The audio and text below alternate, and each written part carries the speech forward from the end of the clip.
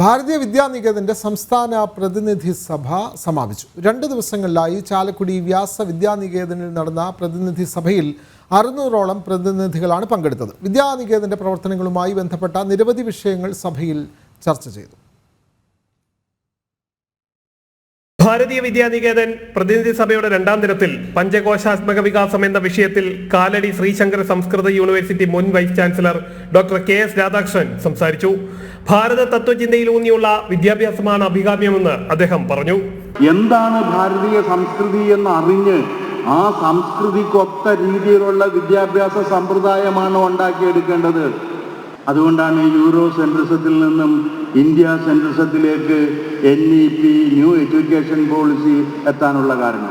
യോഗത്തിൽ ഭാരതീയ വിദ്യാനികേതൻ സംസ്ഥാന അധ്യക്ഷൻ P. ഗോപാലൻകുട്ടി മാസ്റ്റർ അധ്യക്ഷത വഹിച്ചു.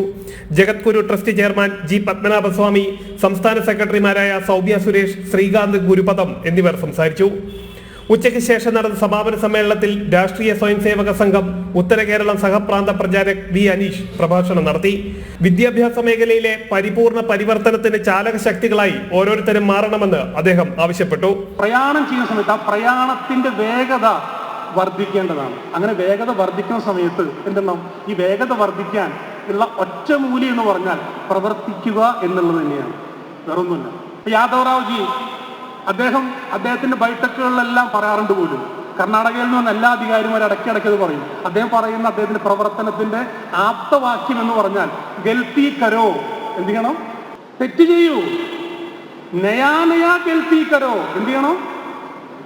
പുതിയ തെറ്റ് ചെയ്യണം. പെഹലാ ഗൽത്തി ദൊബാര മക്കരോ, എന്തുണ്ടാവണം? ആദ്യം ചെയ്ത തെറ്റ് പിന്നെ എന്തുണ്ടാവരുത്?